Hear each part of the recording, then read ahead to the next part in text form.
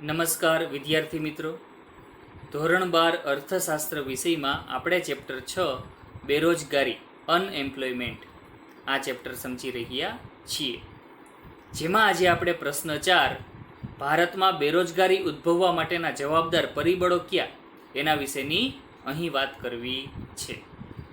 ભારતમાં બેરોજગારીની સમસ્યા આટલી તીવ્ર બની છે, ભારતમાં બેરોજગારીની સમસ્યા આટલી ગંભીર બની છે, તો આ માટે કયા પરિબળો જવાબદાર છે એના વિશેની અહીં આપણે આ ક્વેશ્ચનમાં વાત કરશું.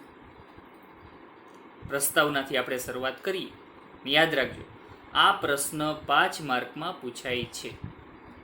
5 માર્કમાં પૂછાય એટલે 5 મુદ્દા લખવાના થાય. પ્રસ્તાવનાથી આપણે આ પ્રશ્નની સમજૂતીની શરૂઆત કરીએ. ભારતમાં બેરોજગારીના પ્રમાણ અંગેની માહિતી ક્યાંથી પ્રાપ્ત થઈ છે? આવો આપણને 1 માર્કમાં ક્વેશ્ચન પૂછાશે, તો આપણે લખવાનું કે આયોજન પંચ દ્વારા, સેન્ટ્રલ સ્ટેટિસ્ટિકલ ઓર્ગેનાઇઝેશન દ્વારા, નેશનલ સેમ્પલ સર્વે દ્વારા અને રોજગાર વિનિમય કચેરીઓ દ્વારા જે બેરોજગારી અંગેના અહેવાલો પ્રકાશિત કરવામાં આવે છે એમાંથી આપણને બેરોજગારી અંગેની આંકડાકીય માહિતીઓ પ્રાપ્ત થાય છે. આયોજન પંચ બેરોજગારી અંગેના અહેવાલો પ્રકાશિત કરે. સેન્ટ્રલ સ્ટેટિસ્ટિકલ ઓર્ગેનાઇઝેશન CSO કલકત્તામાં આવેલી સંસ્થા એ પણ બેરોજગારી અંગેના અહેવાલો પ્રકાશિત કરે. National sample survey organisation NSSO Bharat સરકારની સર્વે કરતી સંસ્થા એ પણ બેરોજગારી અંગેના અહેવાલો પ્રકાશિત કરે. રોજગાર વિનિમય કચેરી, દરેક જિલ્લામાં આવી એક રોજગાર વિનિમય કચેરી હોય કે જ્યાં બેરોજગાર વ્યક્તિઓ પોતાની બેરોજગારી અંગેની નોંધણી કરાવી શકે છે, એ પણ બેરોજગારી અંગેની માહિતી પ્રકાશિત કરે. એટલે બેરોજગારી અંગેની માહિતી કોના દ્વારા પ્રકાશિત થાય છે? તો આપણો આન્સર હોવો જોઈએ આયોજન પંચ, central statistical organisation, national sample survey organisation તેમજ રોજગાર વિનિમય કચેરીઓ દ્વારા બેરોજગારી અંગેના જે અહેવાલો પ્રકાશિત થાય છે એમાંથી બેરોજગારી અંગેની માહિતી પ્રાપ્ત થાય છે. આવી સંસ્થાઓ દ્વારા બેરોજગારી અંગેના જે અહેવાલો પ્રકાશિત થાય એમાં બધી જ વિગત હોય કે ભારતમાં બેરોજગારી આટલી તીવ્ર છે તો આ માટે કયા પરિબળો જવાબદાર છે, કયા પ્રાંતમાં કેટલી બેરોજગારી છે એની પણ આંકડાકીય માહિતીઓ અહેવાલમાં હોય, તેમજ બેરોજગારી દૂર કરવા માટે કેવા ઉપાય અમલમાં મૂકી શકાય, ભારત સરકાર કઈ દિશામાં બેરોજગારી ઘટાડવા માટેના પ્રયત્નો કરશે, એ બધી જ વિગતો આવા બેરોજગારી અંગેના અહેવાલમાં જોવા મળે. એટલું જ નહીં, ભારતમાં બેરોજગારીના અભ્યાસ માટે સ્પેશિયલ એક સમિતિની રચના થયેલી છે. બેરોજગારીના અભ્યાસ માટે કઈ સમિતિની રચના થયેલી છે? ભગવતી સમિતિ. 1 માર્કમાં આપણને પૂછાશે કે ભારતમાં બેરોજગારીના અભ્યાસ માટે કઈ સમિતિની રચના થયેલી છે? આપણો આન્સર હોવો જોઈએ ભગવતી સમિતિ. એના દ્વારા બેરોજગારીનો અભ્યાસ થતો હોય છે.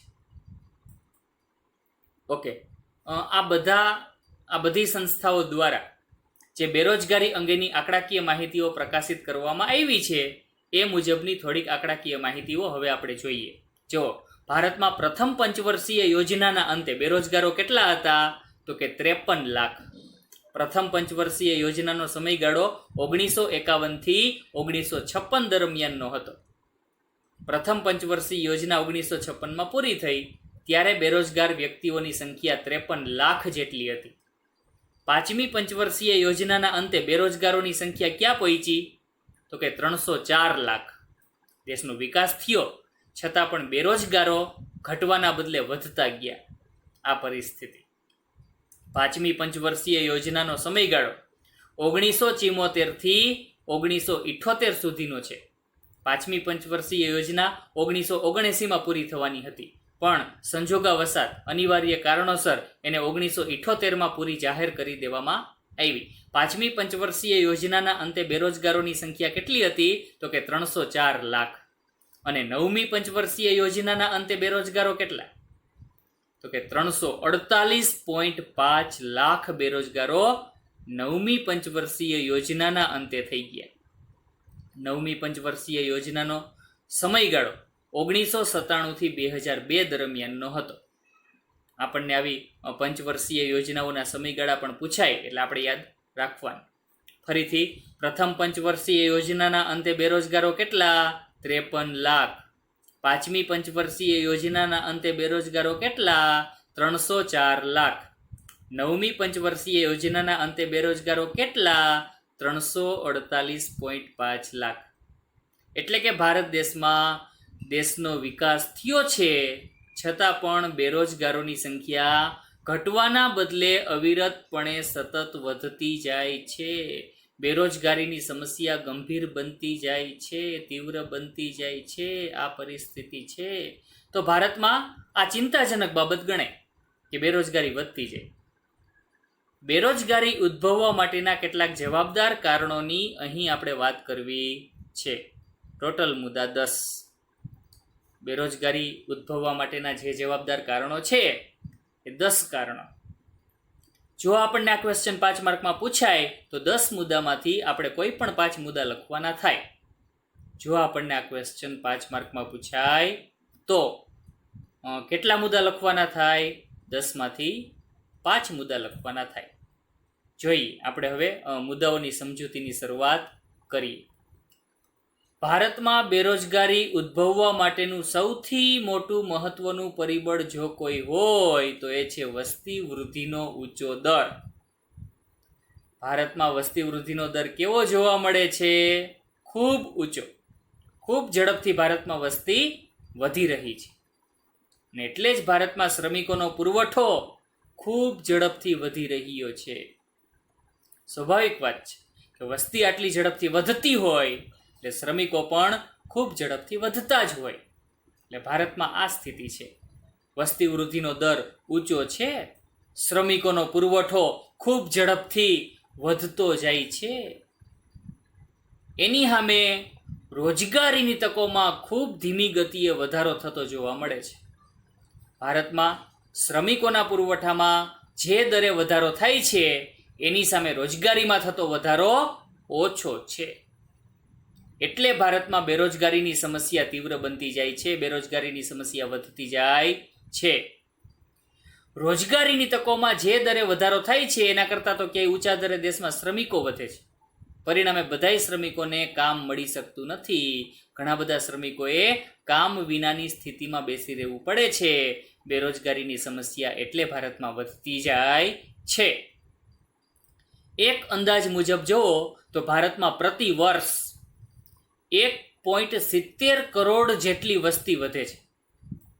170 લાખ જેટલી વસ્તી પ્રતિ વર્ષ વધે છે. એક અંદાજ મુજબ ભારતમાં પ્રતિ વર્ષ કેટલી વસ્તી વધે છે? 1.70 કરોડ એટલે કે 170 લાખ જેટલી વસ્તી વધે છે. એક માર્કમાં આપણને ક્વેશ્ચન પૂછાશે કે ભારતમાં પ્રતિ વર્ષ કેટલી વસ્તી વધે છે? આપણો આન્સર હોવો જોઈએ 1.70 કરોડ જેટલી પ્રતિ વર્ષ વસ્તી વધે છે. એટલે કે વસ્તી વૃદ્ધિનો દર ખૂબ ઊંચો કહેવાય. આ 1.70 કરોડ જેટલી વસ્તી વધે છે એ ઓસ્ટ્રેલિયા દેશની વસ્તીથી નહીં વધારે છે. ઓસ્ટ્રેલિયા દેશની કુલ વસ્તી 2 કરોડની આસપાસ છે. એની સામે ભારતમાં પ્રતિ વર્ષ 1.70 કરોડ જેટલી વસ્તી વધે છે. આ સ્થિતિ છે. ઓસ્ટ્રેલિયા દેશની જે કુલ વસ્તી છે એટલી વસ્તી તો ભારતમાં પ્રતિ વર્ષ વધે છે ને એટલે જ ભારતમાં વસ્તી વૃદ્ધિ દર કરતાં રોજગાર વૃદ્ધિ દર નીચો રહેવાથી બેરોજગારીની સમસ્યા સતત વધતી ગઈ છે. વસ્તી વૃદ્ધિનો દર એક બાજુ ભારતમાં ઊંચો છે, એની સામે રોજગાર વૃદ્ધિ દર નીચો છે. એટલે ઘણા બધા શ્રમિકોને કામ નથી મળતું. બેરોજગારીની સ્થિતિમાં જીવન પસાર કરવું પડે છે, મુશ્કેલીની સ્થિતિમાં જીવન પસાર કરવું પડે છે. આ સ્થિતિ છે. તો અહીં બેરોજગારી માટેનું આ પહેલું કારણ થયું વસ્તી વૃદ્ધિનો ઊંચો દર. બીજું કારણ, ભારતમાં બેરોજગારીની સમસ્યા તીવ્ર છે, ભારતમાં બેરોજગારીની સમસ્યા ગંભીર છે. તો આના માટેનું બીજું જવાબદાર કારણ રોજગારીની તકોમાં ધીમો વધારો. ભારતમાં રોજગારીની તકો ખૂબ ધીમી ગતિએ વધે છે, ખૂબ ધીમી ગતિએ વધે છે. એટલે બેરોજગારીની સમસ્યાએ માજા મૂકી છે. સમજીએ. આર્થિક વિકાસના વૃદ્ધિ દરને રોજગારી વધારા સાથે ગાઢ સંબંધ છે. શું કહે છે? આર્થિક વિકાસનો વૃદ્ધિ દર અને રોજગારીમાં થતો વધારો એ બંને વચ્ચે ગાઢ સંબંધ છે. એટલે કે કોઈ પણ દેશ આર્થિક વિકાસના પંથે આગળ વધતો હોય તો એવા દેશમાં રોજગારી વૃદ્ધિ દર પણ ઊંચો જોવા મળતો હોય. કોઈ પણ દેશનો ઝડપી આર્થિક વિકાસ થાય તો એ દેશમાં રોજગારીમાં પણ ખૂબ ઝડપથી વધારો થતો હોય છે. એટલે યાદ રાખજો, આર્થિક વિકાસનો વૃદ્ધિ દર અને રોજગારીમાં થતો વધારો બંને વચ્ચે ગાઢ સંબંધ છે. પણ જો ભારતની વાત કરવા જાય તો ભારતમાં થોડુંક ઉલટું જોવા મળ્યું. શું જોવા મળ્યું? જો ભારતમાં આર્થિક વિકાસ વધ્યો છે, છતાં પણ રોજગારીની પૂરતી તકોનું સર્જન થઈ શક્યું નથી. દેશમાં આર્થિક વિકાસ વધ્યો છે, પણ એની સામે રોજગારીની પૂરતી તકોનું સર્જન થયું નથી. અને એટલે જ ભારતમાં બેરોજગારીની સમસ્યા તીવ્ર બની. દર્શાવે છે આ બાબત એવું દર્શાવે છે કે ભારતનો આર્થિક વિકાસ એ રોજગારી વગરનો વિકાસ રહ્યો છે. ભારતનો આર્થિક વિકાસ કેવો રહ્યો છે? તો કે રોજગારી વગરનો વિકાસ. તમને 2 માર્કમાં વિધાન પૂછાય કે ભારતનો આર્થિક વિકાસ એ રોજગારી વગરનો વિકાસ છે, સમજાવો, તો ત્યાં આપણે આ મુદ્દો લખવાનો થશે. કેમ આપણે આવું કહી શકીએ કે આર્થિક વિકાસ એ રોજગારી વગરનો વિકાસ? જોઈએ, આગળ આપણે એની ચર્ચા કરીએ.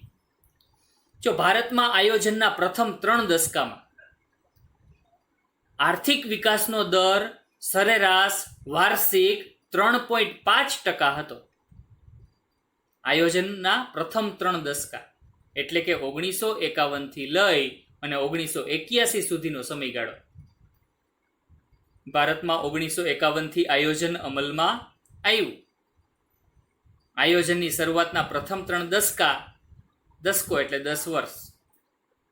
1951 થી લઈ 1981 સુધીનો સમયગાળો 30 વર્ષનો સમયગાળો એટલે આયોજનની શરૂઆતના પ્રથમ 3 દાયકા. આયોજનની શરૂઆતના પ્રથમ 3 દાયકામાં ભારતનો આર્થિક વિકાસનો દર પ્રતિ વર્ષ કેટલા ટકાનો એવરેજ જોવા મળ્યો? 3.5%ના દરે દર વર્ષે ભારતમાં આર્થિક વિકાસ થવા પામ્યો હતો. જીડીપીના દરને આધારે આર્થિક વિકાસ નક્કી થતો હોય છે. દેશનું કુલ ઘરેલું ઉત્પાદન, એના આધારે દેશનો આર્થિક વિકાસ નક્કી થતો હોય છે. જીડીપી એટલે ગ્રોસ ડોમેસ્ટિક પ્રોડક્ટ, કુલ આંતરિક ઉત્પાદન, ઘરેલું ઉત્પાદન. એટલે કે ભારતની સરહદની અંદર જે કાંઈ ભારતની કંપનીઓ દ્વારા અને વિદેશી કંપનીઓ દ્વારા જે કાંઈ ઉત્પાદનો થાય છે વસ્તુઓ અને સેવાઓના, એના નાણાકીય મૂલ્યને આપણે કુલ આંતરિક ઉત્પાદન કહેશું, જીડીપીનો દર કહેશું. ઉત્પાદનમાં જે દરે વધારો થાય એ જીડીપીનો દર. એમાં પછી વિદેશમાં કામ કરતી ભારતીય કંપનીઓ દ્વારા જે ઉત્પાદનો થતા હોય એની ગણતરી થાય નહીં. ભારતમાં કામ કરતી ભારતીય કંપનીઓ અને ભારતમાં કામ કરતી વિદેશી કંપનીઓ એના દ્વારા વસ્તુઓ અને સેવાઓનું જે ઉત્પાદન થાય એમાં જે વધારો થાય દર વર્ષે એ જીડીપીનો દર. જે ઉત્પાદનો થાય એને જીડીપી કહેશું, ગ્રોસ ડોમેસ્ટિક પ્રોડક્ટ. યાદ રાખજો, ખૂબ અગત્યની બાબત છે ઇકોનોમિક્સમાં. ભારતમાં આયોજનના પ્રથમ 3 દાયકામાં સરેરાશ 3.5%ના દરે આર્થિક વિકાસ થવા પામ્યો છે, એટલે કે જીડીપીનો દર 3.5%. જે 10મી યોજનામાં વધીને 7.6% થઈ ગયો અને 11મી યોજનામાં વધીને 7.8% થવા પામ્યો છે. આર્થિક વિકાસનો દર જોઈ શકો છો, કેવો જોરદાર વધારો.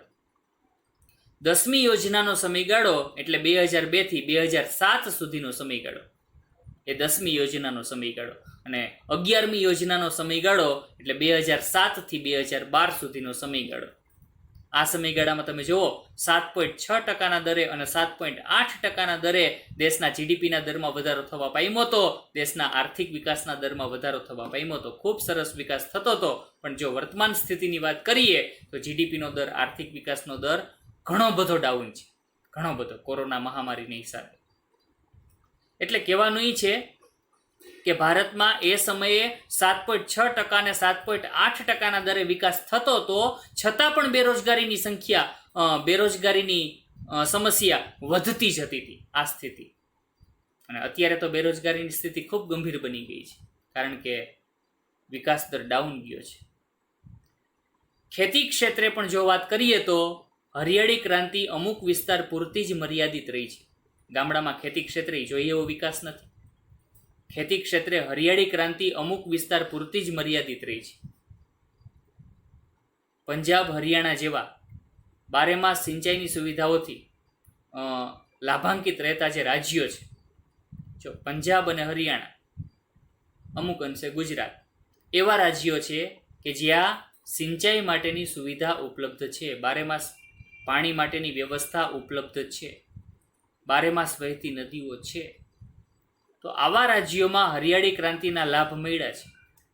પણ એ સિવાયના વિસ્તારોમાં જોવા જાય તો હરિયાળી ક્રાંતિના લાભ જોઈએ એવા ગ્રામીણ વિસ્તારમાં મળ્યા નથી. હરિયાળી ક્રાંતિ કોને કહેશું? તો કે સુધારેલ બિયારણ, જંતુનાશક દવા, રાસાયણિક ખાતર, સિંચાઈ માટેની સુવિધા, આધુનિક યંત્રો વગેરેના ઉપયોગથી કૃષિ ઉત્પાદનમાં જે નોંધપાત્ર વધારો થયો એને આપણે હરિયાળી ક્રાંતિ તરીકે ઓળખશું. ફરી પાછી વાત કરું. સુધારેલ બિયારણ, રાસાયણિક ખાતર, જંતુનાશક દવા, આધુનિક યંત્રો, સિંચાઈ માટેની સુવિધા વગેરેનો ઉપયોગ વધવાથી, વગેરેનો ખેતી ક્ષેત્રે ઉપયોગ વધવાથી, વગેરે ક્ષેત્રે સંશોધનો થવાથી કુલ કૃષિ ઉત્પાદનમાં જે નોંધપાત્ર વધારો થવા પામ્યો એને હરિયાળી ક્રાંતિ તરીકે આપણે ઓળખશું. પણ આ હરિયાળી ક્રાંતિના જે લાભ છે એ માત્ર કેવા પ્રાંત, કેવા રાજ્યો પૂરતા મર્યાદિત રહ્યા છે? તો કે પંજાબ, હરિયાણા વગેરે રાજ્યો પૂરતા મર્યાદિત રહ્યા છે. પણ એ સિવાયના રાજ્યોમાં હરિયાળી ક્રાંતિના જોઈએ એવા લાભો મળ્યા નથી. એટલે જ વર્ષમાં માત્ર એક જ વાર ખેતી થાય, ચોમાસામાં, એ પણ જો વ્યવસ્થિત વરસાદ પડે તો, બાકી એ પણ નહીં. આ પરિસ્થિતિ છે. એટલે હરિયાળી ક્રાંતિના લાભો અમુક જ વિસ્તાર પૂરતા મર્યાદિત છે. એટલું જ નહીં, બિનખેતી ક્ષેત્રે પણ પ્રમાણમાં જોઈએ એવો વિકાસ નથી, ઓછો વિકાસ છે. બિનખેતી ક્ષેત્ર એટલે ઉદ્યોગ ક્ષેત્ર અને સેવા ક્ષેત્ર. આ ઉદ્યોગ ક્ષેત્ર અને સેવા ક્ષેત્ર છે એનો બિનખેતી ક્ષેત્રમાં સમાવેશ થાય છે. ભારતમાં ગ્રામીણ વિસ્તારમાં ઉદ્યોગ ક્ષેત્ર અને સેવા ક્ષેત્રનો પણ જોઈએ એવો વિકાસ જોવા મળતો નથી. ને એટલે જ ભારતમાં રોજગારીની તકો ધીમી ગતિએ સર્જાણી છે. આ સ્થિતિ છે. એટલે જ ભારતમાં પરિસ્થિતિ કેવી છે? જો શ્રમના પુરવઠામાં જે દરે વધારો થાય છે એને અનુરૂપ રોજગારીની તકોનું સર્જન થતું નથી. એટલે જ ભારતમાં બેરોજગારીની જે સમસ્યા છે એ તીવ્ર બની છે, ગંભીર બની છે. આ વાત છે.